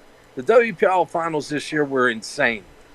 You know, they were so good, and it prepares you. We were sitting out there. I said, man, this is the best thing that I could have had before I went to states. And I only did 4 matches, but I got to watch and see the craziness that was going on with these kids funking all over. And not everybody agrees with your calls all the time. You know, if you're holding something, or if you're doing something else, you know, you're always getting something. But you can only make 50% of the people happy. That's absolutely right. Now, and my question is, you know, 20 of the 28, and I didn't know this until Vince brought it up tonight, were first-year officials. Yeah. Yeah. Those are tough odds. I mean, how did that? And a bad rotation. Yeah, I mean, you're talking about rotating in the veterans with the new guys, and 20 out of 28 is not a good rotation. I mean, that's not a positive. Fortunately for you and your partner, you're a vet. So you got paired up with a guy that is his first year there. I mean, obviously he had coaching experience. He had position experience, which is the big thing in wrestling. Like, are you staying up to date? But whenever you look at it, you're like, wow, 20 of these 28 guys, this is their first time ever here. I mean, not only are they puckered up because it's their first time there, I mean, you know, they're more likely than not, they're paired up with another first-year guy. So that makes it really tough for the head official or whoever was in charge of officiating up there to do their job. And I'll tell you, Jack Young, our district rules interpreter, he was very, very supportive. He's a good guy. He did everything that he could to make sure that, you know, I think that you find out, and I don't care what you're in, if I'm wrestling, football, baseball, whatever it is, there's a top gun and there's a bottom rung. So he knew where his weakest links were and what he needed to do to get, you know, his guys on the semifinals and finals, you know, that he thought he could. Did you say that was the district guy or the guy who took over for hostage? Interpreter. No, the new hostage. Yeah, okay. Hostage. All right. Jack Young. Okay. And the one thing is I think he did a good job because in the finals, you can't there's no way that I'm going to do a Thane Lawrence match. Because if I do a Thane Lawrence match, that guy from Notre Dame Gold Ponds, if I make a call, he's going to say, yeah, you're a District 7 official. Right. You know, any other time. But if it's in the first round, the quarterfinals, stuff like that, I didn't worry about it. But he'll never put us on a final in our own district unless it's 2 of them. Like if I get 2 District 7 kids in the final, he'll say, hey, you did this match last week, you go and do it. Sure. So that's where they'll do that because you don't want there's familiarity there. Yep. So do you think because there were 20 first-year guys, do you think that attributed to the number of caution calls that took place? Now, we all know it's the rule, but it wasn't applied, at least in this area, as hardcore as it was at the state level. Do you think that's maybe why? I mean, the big question obviously was the church repost match in the quarterfinals. That was a significant caution call, but the caution calls occurred abundantly at the state tournament. Do you think that maybe that was why, or what's your opinion, if you can give any, regarding that? I'll tell you, and like I said, I would never throw any of my buddies under the bus, but I will tell you, I think I called 2 cautions the whole weekend. And I know that all I heard was people complaining about the cautions. Because I'll tell you, in District 7, like I tell kids, wait for my whistle. And then whenever I say the last thing on, I'm blowing this whistle. Because I'm not going to try to cost the kid a point. I'm not there to wrestle. I'm there to guide these guys through 6 minutes. you know. And I try to let them go. And sometimes I'll take a caution myself. Yeah. I'll say, hey, that's my fault. If I'm in the wrong position, or if I think I twitched, or I made a kid do it, I'll take it on myself. And I know that a lot of guys in District 7 will do that. And that's experience. And I like that. And you're not inserting yourself into the match. And I think that was everybody's complaint, is that it just seemed like the officials were inserting themselves into the match, making it more about them instead of what you just described. It's about these kids. We want them to wrestle and not allow this to be the factor of the outcome. Yep, I agree with you. And I think that I could probably go into, I remember the last time I went to states was the year that we did the 3 points like college did, Vinny. Oh, yeah. Yep. Remember that they went elbow was last or something like that. Yeah. And I remember coming in because I didn't do the first session, and I came in for the AAA session, and I remember all these AAA coaches coming up going, how in the hell are you guys going to call this? And I'm like, what are you talking about? They said there was 400 cautions. I'm like, oh, my God. Yeah. But everybody has their own way that they start a match. Like me, I'm quick as I can because I never tried to. What I tell people, even in my pre-match duties, I don't want to be a factor.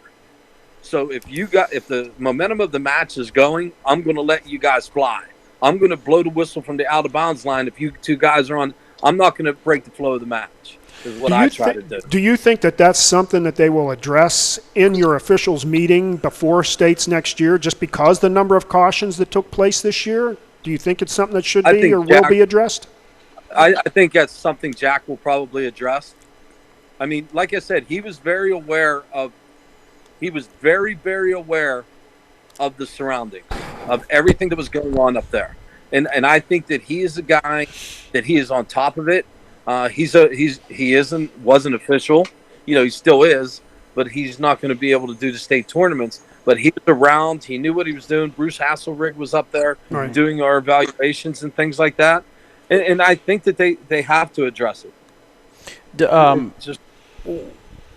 With that, do you feel like District 7, because our wrestling is what I would consider far superior, do you feel like we want to get the action moving? Whereas I don't know what the rule book state. Does the rule book state pause for X amount of times? I mean, you get on, you pause, and then you go.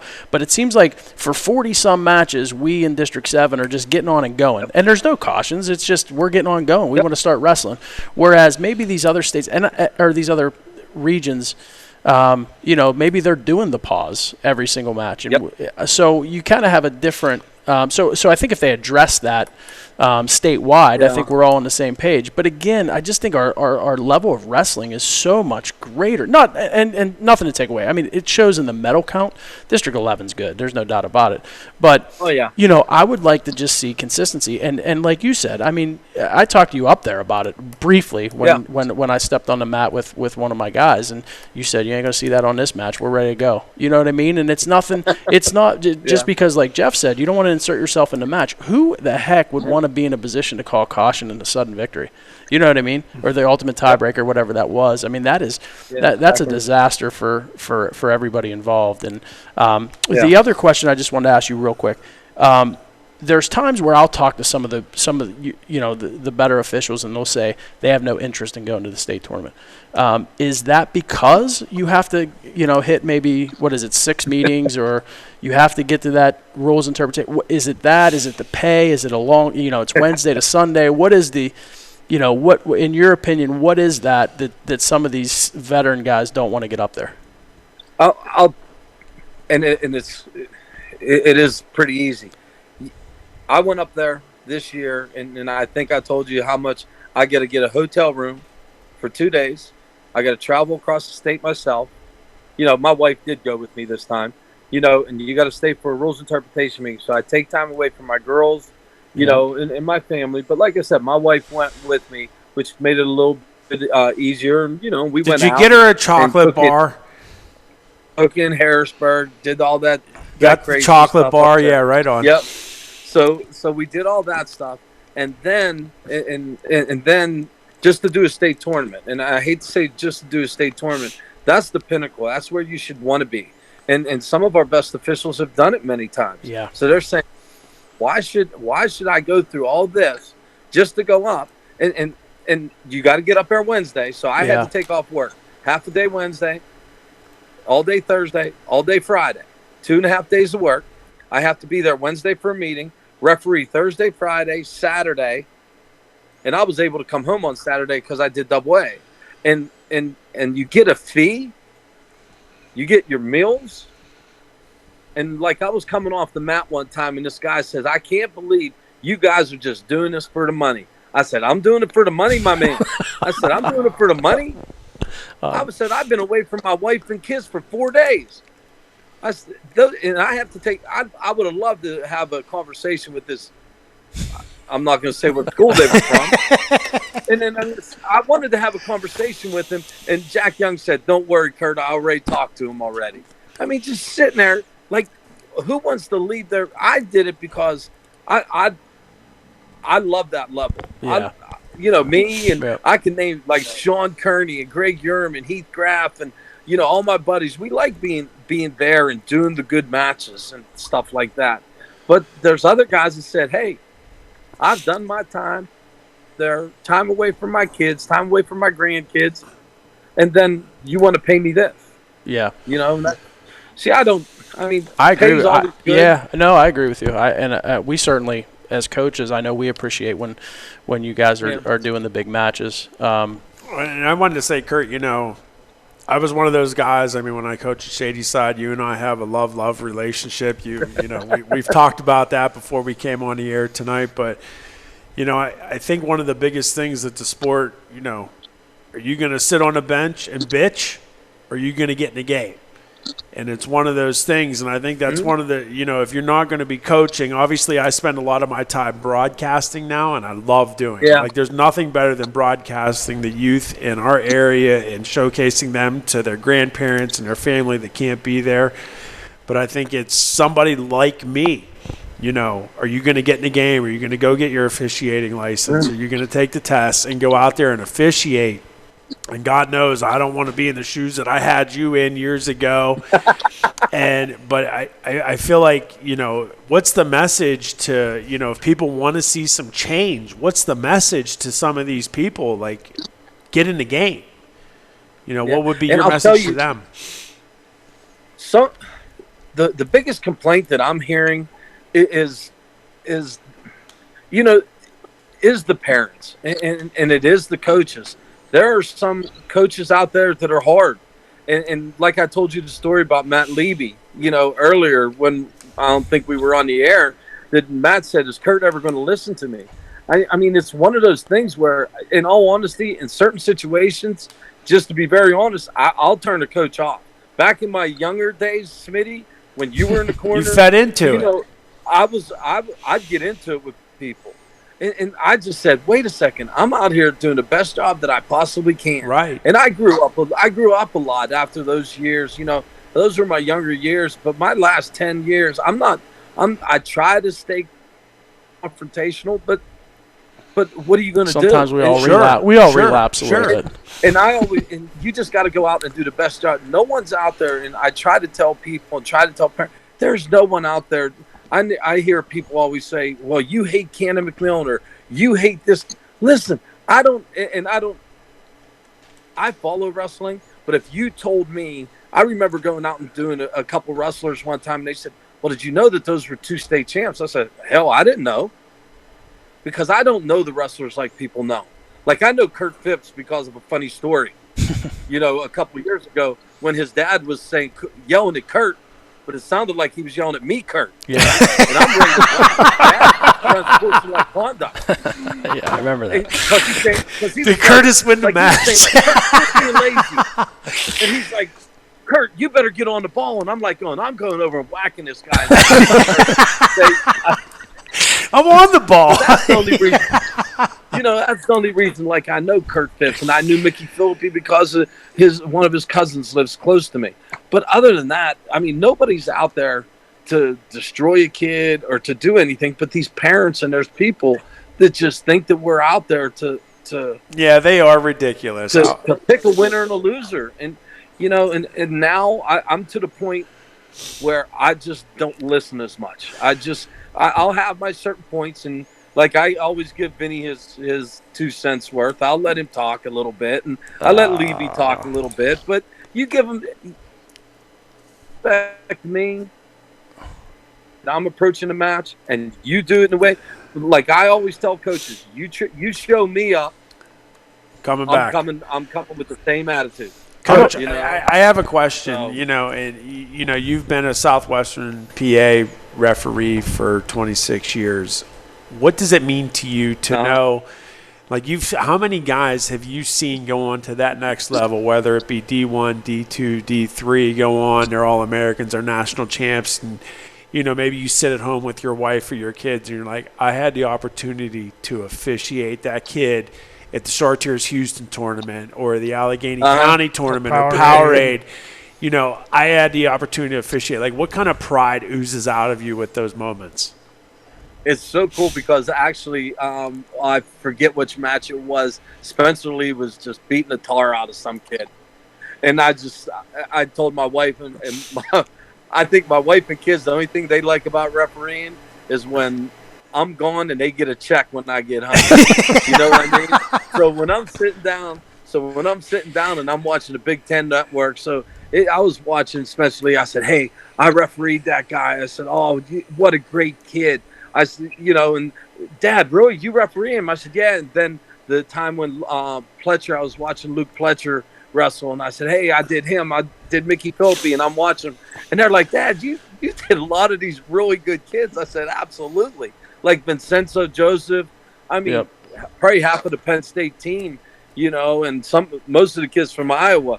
It's so cool to be able to look back and say, I remember when Lee did I said, because I told my daughter, I said, I remember coming home and telling you about this kid that did a split in a match, and it was Pletcher, Yep. So it's really cool to be able to see that. It's awesome that you get that gratifying experience. After you come home from weekend of maybe being yelled at, oh, you blew this call, but you always have that in the back of your mind. You're like, you know what? I've refereed some of the awesomest kids that ever wrestled in the entire universe. So that's really cool. Yeah. Always ended up with is that, and the one thing, and I think Vinny knows about this, when you look at it, I always end up with he's a great wrestler, but he's a great kid. And I mean, Spencer Lee and Pletcher and Mickey Philippi, just such gentlemen. And they're great kids. They are. I mean, Joseph. I mean, I could keep on naming all of these national champions. These kids that can have an ego as big as the room, and they're not that way. Yep, that's awesome. So that's what makes it rewarding. Yeah, I mean, they're going to go on to be good citizens to our country, and they're going to do good things. And certainly we want to thank you. I mean, 26 years of experience. Again, we want to thank your wife, your family for joining us here this evening. We've had so much fun with you, and we wish you nothing but the best of luck. I mean, obviously, you've got a pretty big challenge coming up here with a message delivery to your spring student athletes, Char Houston. We wish you the best there, and we'll catch up with you next time, Coach. Thank you so much. All right, hey, thanks for everything, you guys Kurt. So much. See you, buddy. All right, I had a great time.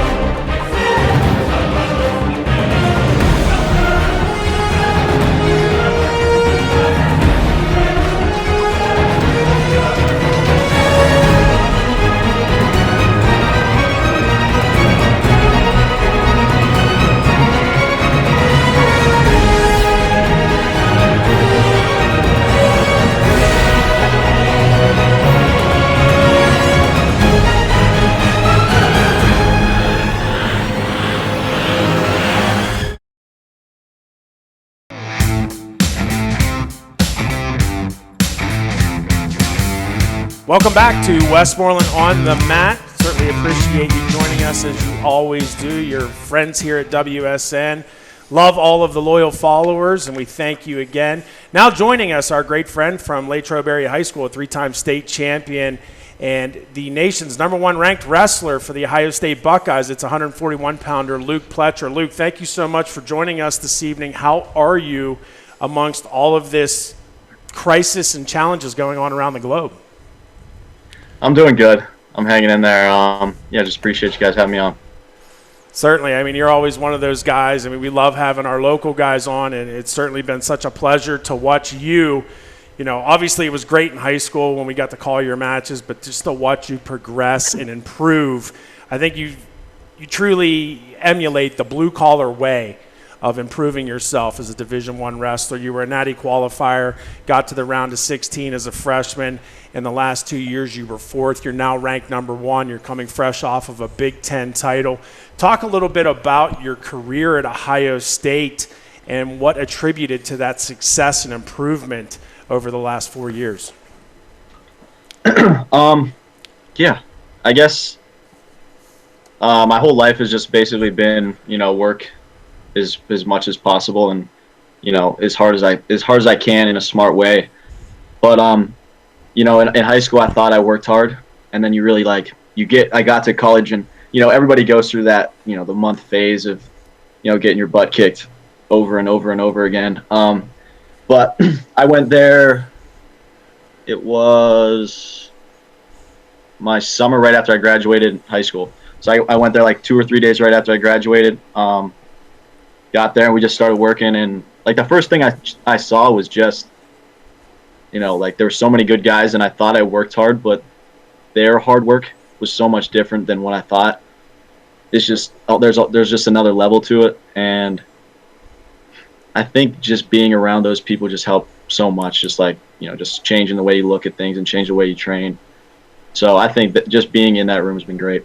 If you had something to say to high school seniors now coming out, just expand upon what you just said. What would be some advice that you would give those high school guys, knowing that next level is such a big jump? Do you have advice for them to prepare for that?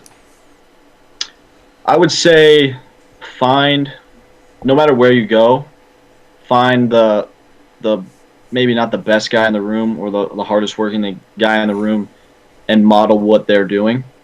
That was a big reason why I wanted to go to Ohio State, and because the people there have done what I was trying to do, right? Be a national champ, and I wanted to know what they did. So I wasn't going to be like a test dummy and figure out, oh, this is what I need to do. These guys did it. I'm going to follow exactly what they do, and it should work out. So right. I would say find the best guy in the room, ask him questions, see what he does. Now, Luke, who was that guy for you? You said you went a few days after you graduated from high school here at Latrobe.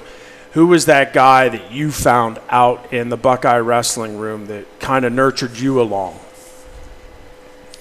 I would say probably Logan Stieber. For my first year, we wrestled every day. We would drill and we wrestled live every day. But I was lucky to have a lot of guys. Yeah, Coach Jay. He's right around your weight Jay, class. So. Watching Snyder, he's the one who kind of opened my eyes to the hard work. There was just another level of when he started dialing in and working hard. You had to work harder. Just you wanted to fit in. You didn't want to look like you weren't working hard. So, him, obviously Nathan Tomasello, Micah Jordan, Joey McKenna.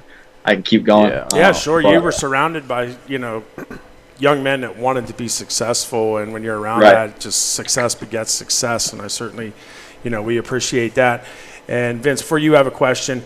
Have you, obviously you're a Westmoreland County guy, WPIL guy, and do you have any kind of say or input, or you've been able to plant any bugs with Coach Ryan's, his recruiting strategies? Hey, Coach, been keeping my eye on this young man out in West Moco. Maybe you need to take a peek at him. I know you're not allowed to say names right now. I'm not sure if he is. I know coaches aren't right now. It's kind of a dead period. But have you had that kind of camaraderie or dialogue with Coach Ryan? Yeah, well, we have a recruiting coordinator. Like that's strictly his only job is to find good recruits. And yeah, I talk to him all the time, and obviously the Ohio is prideful of their state and they think they're the best. But he knows deep down where to go to get the best guys, and he started. They started getting more Pennsylvania guys, and Ethan Smith's on the team. He was once wrestled at Latrobe. Yep. Right. I kind of helped get him along. Put that year in. They have Sasso. They have Hoffman. And I give them a bunch of crap as soon we start giving PA guys the better we start looking. But I give them tips on people maybe that aren't nationally known. But, sure, but they're those guys that eat, breathe, and sleep wrestling, and those are the guys you want in a room. Sure. Luke, I think the biggest part is for me I was looking for growing up. I had a younger brother, and I know how they work and how they. Whether if they're just good, naturally good, or do they really like wrestling? If you're just naturally good and you don't actually like it, and you're gonna have to start making decisions on your own, eventually you're gonna stop making the right decisions because you don't like it. So, I think that's what I kind of tried to find, and give them the right options. Well, you're a great ambassador, and I'm sure the recruiting coordinator and the Buckeyes love having someone with your impact. People when you come home. When we do the Derry Latrobe match it's kind of our pre-Christmas Eve. Luke Pletcher's here, and that's such a great respect, but you handle it and you embrace it with so much gratitude, and I just think that's what's so great about you, and certainly pumped to have you. Vince, I know you have a couple questions for Luke. Go ahead. Yeah, I'll just go off what you guys are doing. Did you ever doubt yourself? Have any doubt whatsoever with I know we touch base once in a while with texts here and there. At any point in your career at Ohio State, have you had any doubt whatsoever that you could become the guy that those other guys were that you talk about, the Cal Snyders and something like that? Did you have any doubt and think about switching course, or just maybe you didn't have the ability to get where you wanted to? Yes and no. The only time that I really doubted myself was that first last week. year. Oh. Yeah, obviously the first week, that was brutal, but I knew I had to eventually get out of that. But no, I think last year after I wrestled Michich, yep, I got my butt kicked, and Big Ten was covering it. I think he was number 1 at the time. I don't know what he was, but I was 4, and I beat him the year before. I was like, I'm better this year. Yeah, this is it. I'm just gonna go in there. I'm gonna beat him, and I got my butt kicked bad. Is that you beat him at Vegas the year before, right? Beat him at Vegas, and then I lost to him 2 times, or lost to him 3 times in a row. I lost to him in the duel, then I lost to him in Big Ten finals, and then in the NCAA semis. And I gave up a takedown in the NCAA semis with 3 seconds left to lose. So I was like, okay, no big deal. Right. It's a somber moment at Dino's Sports Lounge that night, let me tell you. Yeah. Now, did that humble you? That kind of loss. Obviously you're one of those character people. Obviously that had to humble you. Talk a little bit about that experience. Yeah. It was weird because I've never been down on myself, and I can take a loss fine. I'm okay with losing. I'm okay. I'll be fine. But for some reason, after that match, I started feeling sorry for myself in a way that I never had before, and I couldn't get out of it for the longest time. And I was training hard, but if I didn't have a good day, it'd eat at me. And then it was for the next 2 months, I think I'd have even I'd go to I don't know who we would wrestle, and the kid wouldn't be all that good, and okay, this is my time, I got to get a major, and I'd go in there, and it'd be a 7-3 match or something like that. It's I can barely even beat these guys. How am I going to be a national champ? And then I think what snapped, I was starting to think better in my head, and then I lost to Chaz Tucker, the 133-pounder from Cornell, the last match of the year. And for some reason, the loss helped me get out of it more than any of the wins did. I just lost to him, and he was number 10 at the time, and I think I was 7 or something. They were close, but we were bubble All-American guys. And I whatever clicked in my head, I was whether no matter these losses that I'm doing now, it's not changing the way that I'm training, or just I had to change my, thought process of all I have to do is train hard, think right, eat right, and whatever happens, happens. There's no reason to, be down on myself. And I don't know, it just changed my perspective a little bit, which is different. So that was your mentality after that happened. To build off what Coach Vince asked, you were on a mission and just looked incredible at the beginning of this season. So what did you specifically do? I mean, training-wise, mentally-wise, to get you focused to be the wrestler that you were this season? And ultimately to get to the number one ranking, I mean, what was it that you did mentally and physically that changed for you, that clicked, that said, I'm not going to be denied? Yeah. I think mentally it was, kind of what I touched on, not caring as much to whether the wins or losses, which I think they kind of go hand in hand, the physical and the mental.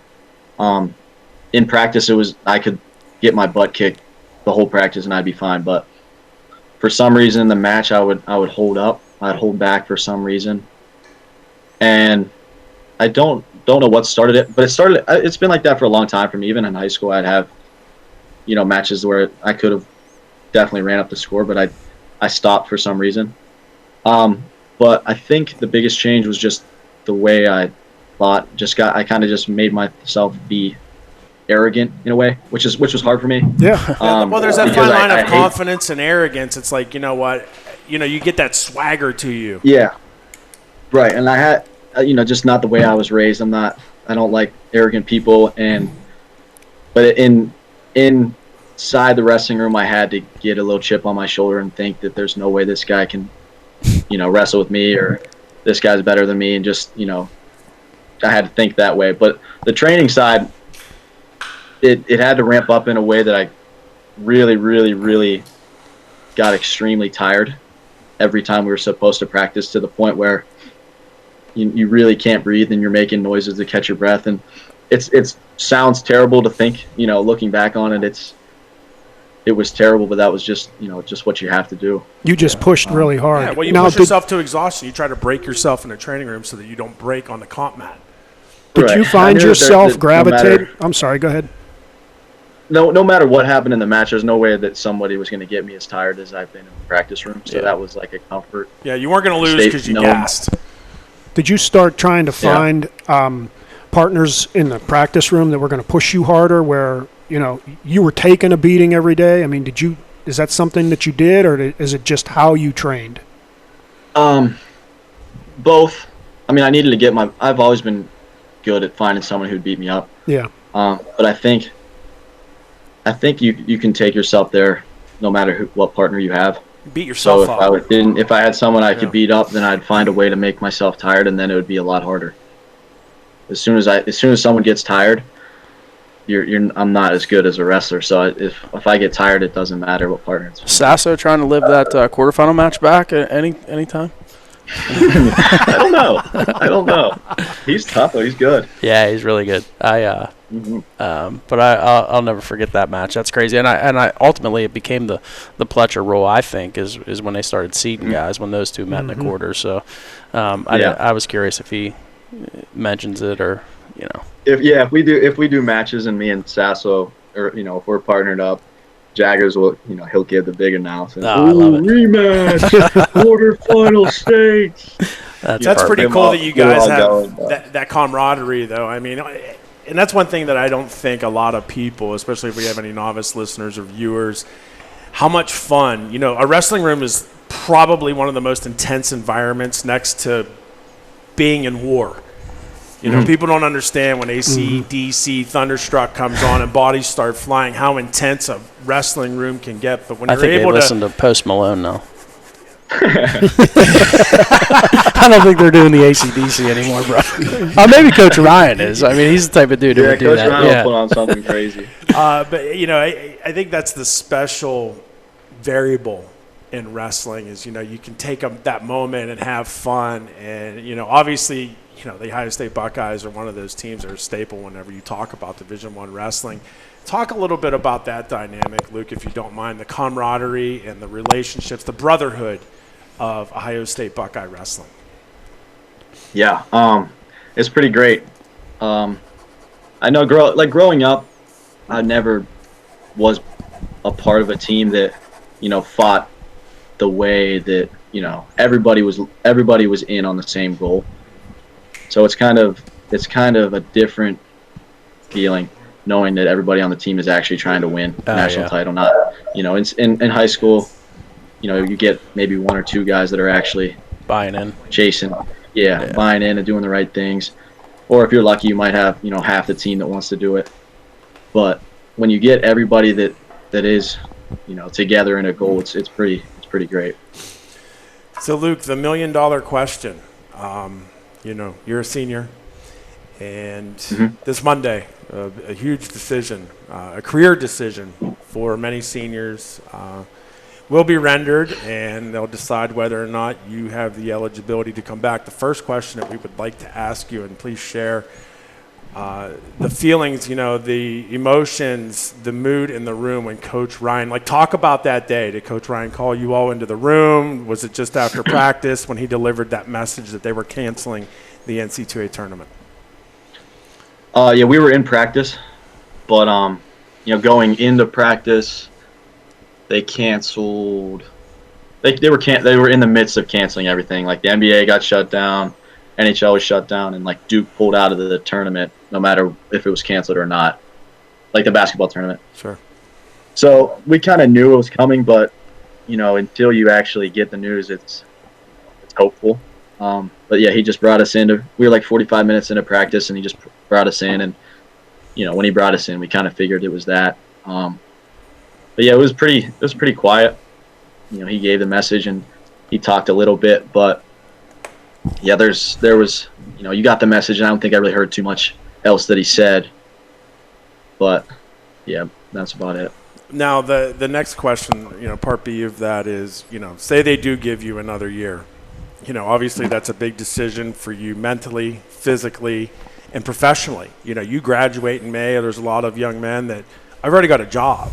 What would be your decision if granted another year of eligibility?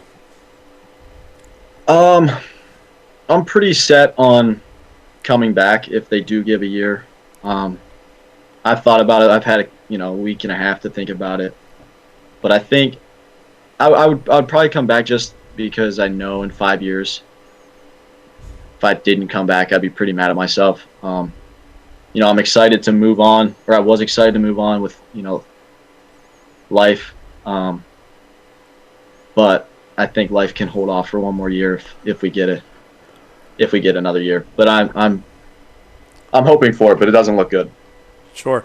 Now, obviously, there's a lot of guys that are on the ladder that train in the Buckeye training room, and obviously the Olympics have been postponed to 2021. What's the mood with those guys? The trials have been pushed back, so and you're on that cusp too. You're on that bubble of, okay, if collegiate's canceled, do I start changing my focus to international wrestling and prepare for the trials? Talk a little bit about the mood in the room with those guys that train, and include yourself in that conversation. Yeah, well, everything's locked up. We can't get in there to train anyways. So everybody's kind of on their own. But so you and Jack are going takedowns in the backyard right now. There's no mats. Not the barn. The barn. The barn, yeah. The mats are out of the barn, actually. We don't have any mats. It's just my gosh. Just the woodworking equipment. Oh, we got the rope. Don't you worry. Rope, pegboard. We got weights. It's a weight room / wood shop. Oh, man. Yeah, we're just – I don't know. I mean, my plan was to win the national title, qualify myself for the Olympic trials, and then wrestle the trials. If I didn't win nationals, go to last chance qualifier and qualify that way. So I think now, if it does – I mean, it is already postponed. I'd have to find a way to qualify for trials. I don't know if they're going to have any other ways other than just the last chance now. But, yeah, I mean, that's next. I'm going to wrestle the U23 trials, which is in June, if that doesn't get pushed back, which it probably will. But, yeah, I mean, I hope that goes on. That'll be my last year for the U23 trials and Worlds. So I was hoping to, wrestle there and try to make the team and get some, overseas competition before I start this cycle. So Luke, go ahead. You want to ask about Minneapolis? No. Good. You can ask about Minneapolis. What were your thoughts whenever you got the picture? I mean, we were all kind of curious of how they were going to run the NC2A tournament, and then when they sent out that diagram of how they were going to set up the mats, obviously it was to have the greatest attended NC2A tournament, but what were your thoughts and feelings? And, if there were some others around the room that thought, wow, is this kind of the environment we want to wrestle in? I was excited, to be honest with you. It looked different, but at the end of the day, I think it's just wrestling. It's just wrestling. There's 45,000 people, and they've had 3 years, I think, to figure out the best way to make it happen. And I'd be shocked if they couldn't figure it out. So, I was gonna go. Obviously, business mentality. Yeah, I'll go there and wrestle no matter what. But I'm still a fan of wrestling, so I wanted to, I want to sit back and watch a little bit. But yeah, I think it would have been pretty cool. And just say you wrestle in the first NCAA tournament and with 45,000 people, would have been sweet. But I think it would have been more weird if they would have went on with it without spectators. Cool. Big, that would have been because that was the plan there for 5 days.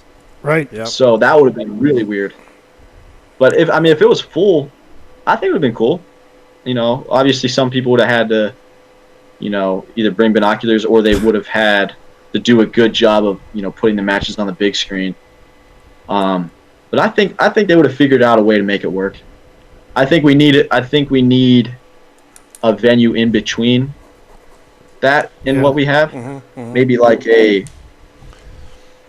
30,000 would probably be great at first and see how that works. But I don't know. I mean, we're outgrowing the 18,000 venues. 18,000 people venues. It's just why not keep making it bigger if we can. So I was excited. That's pretty much was the consensus of all your qualifiers in your room. Everybody was excited to be a part of that then, right? Yeah, right. Yeah, I don't think anybody was, that's just wrestlers. That's it doesn't matter where we wrestle. Just give me a mat in and a back circle. alley, yeah. I think that's everybody, but I think, most people were excited. Luke, so here's my question for you. Obviously, we've trained at some point. I think you were in 4th grade when we started rolling around a little bit with Grievous, and you have accomplished a lot in JOs. Obviously, a multiple-time JO state champ. Yeah. High school, you were 166 and 5. I'm sorry if I'm getting these wrong, but I think 166 and 5, 3-time state champ. Competed in the Who's number 1. Had the opportunity. You beat Yanni there. I just want to bring that up. You had the opportunity to compete, obviously, at Ohio State. You worked your way up from round of 16 to fourth. Now you're ranked number 1. There was no doubt in my mind that you would be a national champ, considering you avenged a loss to Lee. Do you have and you were a Big Ten champ? Do you have any regrets whatsoever in your wrestling career from way back until now? I mean, obviously we can't say that you have a regret because you can't be a national champ because that's out of your hands. Mm-hmm. But anything that you regret going forward, if your career ended today, would you be okay with everything that happened? Starting out with Coach DeAugustine as your first coach. Yeah, I wasn't your first coach. You had a lot more than me. I'm definitely content. That was just something. Some people ask me like, what, how do you think, or how do you work, or like I like to tell, I tell Jack, and I have a little brother Jack. I just tell him to make, and I try to do this probably starting freshman year, maybe sophomore year. If you just make sure, like, you figure out what you want and make as many decisions, to best reflect that goal, then at the end of the day, you're gonna be okay. You're gonna, you did everything possible. And if it didn't work, it didn't work. That's all you can really do. Well, it makes me feel good that you're content with, if things ended today. I've been around Luke for a long time. And I can honestly say there has not been many people that I've been around that worked as hard as he has. So it kind of makes me feel, because no matter what, and we touch base, once in a while. I mean, Luke's a great kid. He's, I texted him after he lost to Lee, and he said, just got to make a few adjustments here, and we'll get back to it. I mean, that's the type of kid he is. Mm-hmm. So it makes me feel, because I'm out there with you kind of some of the times, and I didn't have the opportunity to coach him in high school, but growing up, we had some practices together. I'm a huge Luke Pletcher fan, and he knows that. But it actually makes me feel good that you're content with everything you've accomplished, because not only are you a good wrestler, you're a great kid. And it's great. I mean, I wish you had the opportunity to be a national champ, because you worked your tail off from the time I saw you and at Hempfield, and we had some really, really tough practices until your last practice at Ohio State. You did everything right, and you put yourself in a position to win a national title, and I think that's incredible. To me, you're a national champ and you're a great human being. So I will always appreciate everything that you've done. I'm going to dovetail off of that, Luke. I'm sorry, I didn't mean to interrupt you. He thanked you and appreciate that. But yeah, I got it. Thanks. We'll end this interview on such a positive note, and it kind of dovetails right off of what Vinny was saying. In regards to texting, after you win a Big Ten title, you just beat Nick Lee, you've got so many things rolling through your mind. You're not done. You've got 2 weeks. He's going to train. Everybody's training to come get you. And you found out that Vinny won a state title for Latrobe as a freshman at 106 pounds, and you found it within you to give him a shout out on the Big Ten Network. And when we had him on our podcast last week, we had the 3 state champs on. I mean, he was just so elated. He lit up. I mean, it was nothing but that mouthful of metal when we brought that up. Like, how did it feel for Luke Pletcher to give you that shout on the Big Ten Network just seconds after you beat Nick Lee, who, you avenged your only loss your senior year? And he was so complimentary and so grateful for your mentoring throughout the whole week. Like, you stayed in touch with him and helped him prepare mentally for the state tournament. Talk a little bit about that. Yeah. I've known Vinny for a pretty long time. I used to run, wrestling practices out of my barn whenever I was in high school. Instead of getting a job, I kind of just, got some kids and, helped them out. So we had like 8 guys. Nate Roth was in there, Jack, couple Greensburg guys. Hempfield guy was there. So I've known him for a while, since he's been little. And, I try to follow all the guys that were in there. But yeah, he's, I talked about what I try to hold important in my life, and, just working as hard as you can and making the right decisions.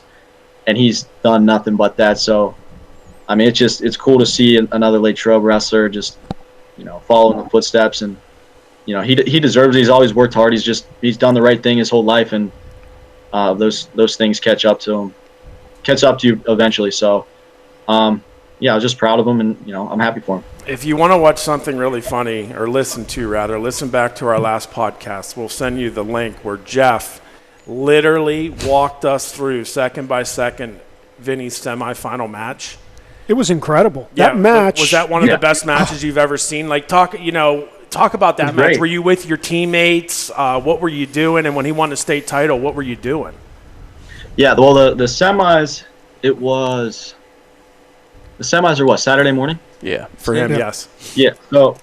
So I weighed in at Big Tens, and that was the day of the final. So there was you weigh in at 9 or something like that, and we don't wrestle till 3. So I was just back at the hotel and went back, and I popped it on my iPad, and it was just me in the hotel room, and I thought he was done. To be honest with you, I thought it was over. And then the kid caught him. I was like, "Ooh, that's dangerous," because he's just a gunslinger, and he doesn't care. So then he throws him, and I was going wild. But I didn't know if he was gonna be able to ride him just because the kid was tall and he kept getting up.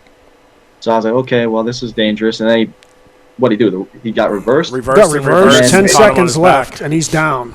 Yeah, and then he went out of bounds. Yep, and then got the reversal to his back. It was crazy. I was going nuts. Yeah, I mean his demise. You're definitely right. Was cutting him. But yeah, it was terrible. The kid. Well, the kid was kind of getting him good, and I think he was trying to run it up. He was trying to run up the major or something. Yeah, he got run up on his back. That wasn't smart. Yeah, well, that's pretty cool. Smart. I mean, that just, and again, it just echoes Vince's comments about the type of person that you are and how connected you are to Latrobe Wrestling, Westmoreland County Wrestling, and certainly some really, really good stuff. And I think that'll about do it for our questions. I think we've drained Luke of all of our questions. Flick, you good over there? We good? Luke, from all of us at the Westmoreland Sports Network, I remember our first broadcast at the county tournament in 2014 and, covering you, though, in those finals and, just watching you mature and grow and develop and become the wrestler and, more importantly, the person that you are. Thank you from our Westmoreland Sports Network family. I mean, the sky is the limit for you. You're going to do whatever you want, and we certainly appreciate you taking the time to come on and speak with us. And, if you're looking for a part-time job, maybe we can work something out with Flick and you can come work with us. I know your girlfriend Hannah does some sports information work with the Penn State University wrestling team. We actually watched her earlier do an interview, and she does great work. So, maybe we can make a package deal for you. All right, I'll have to talk to her about it. All right, Luke. Hey, thank you, Luke, so very much. And, best of luck in everything you do. Stay in touch with us. All right, thank you, guys. Appreciate it. Thank you, Luke. That is Luke Pletcher of the Ohio State Buckeyes. What a great young man. Young man. Yep. He's dirty tough, does the right things, makes the right life decisions. But he's such an ambassador of the sport, just the sport that we love. He loves it too. The passion he has is such a young age. And he's going to continue to do this and promote the sport that he loves in his way, just like we do. Yeah, I think one of the neat things that, we're fortunate to have some unbelievable wrestlers come from the county, but we talked to two, Mickey Philippi and Luke Pletcher, that are, just really great human beings, and they both give back. They both talked about, working out with Ty Simmer. Mickey works out with Ty, and he works out with Kilkiri. I mean, it's just crazy to realize that, like you said, I think before, they have every reason to be arrogant, but neither one of them are, and they're just great people. And, obviously, that goes to the parents and their upbringing, and but the barn. I got to see this barn. Oh, the barn's intense. I want to see Jeff climb the pegboard like Loudon Swain. I did a workout one time. We couldn't get into the school. We did a workout with Krivas and Pletcher. And I was like you. I was like, I got to see this barn. We walked in, and there was mats and a rope. And, I mean, it's like Rocky Balboa style over there. I mean, it was lifting the cart with the boulders, and he's wearing his polo shirt with the singlet over. But that's what I mean. Like those guys, that's what obviously what it takes, and to have I know Chip Pletcher is a huge influence on Luke's accomplishments. Yeah, it's awesome. All righty, well, gentlemen, thank you so much to Vince, our presenting sponsor, Manor Valley Golf Course. Obviously, a little bit of a downtime. Vince did tell us that he groomed the greens today, so he is keeping up with the responsibilities around this 27-hole course, 9 of which are lit up. So, maybe, Jeff, to bring your sticks, maybe we'll have him turn on the lights. And sure, he's got a few. Social distance. We all got to ride in our own cart. I'll walk. 6 with feet all this right rain. Yeah, he's bring canoes. So that'll do it for us, this special edition of Westmoreland on the Mat. To, again, Vinny, Jeff, Flick running production back there, our special guests, Pletch, Mickey, Kez, Stotts. My man Stotts up in Buffalo. Thank you so much. This was awesome. It was educating, and it was really humbling to speak with all of you. I'm sure we'll have another podcast again. We were already talking about what we're going to do next. So until next time, thank you again for enjoying Westmoreland on the Mat. We'll talk to you soon. Bye-bye.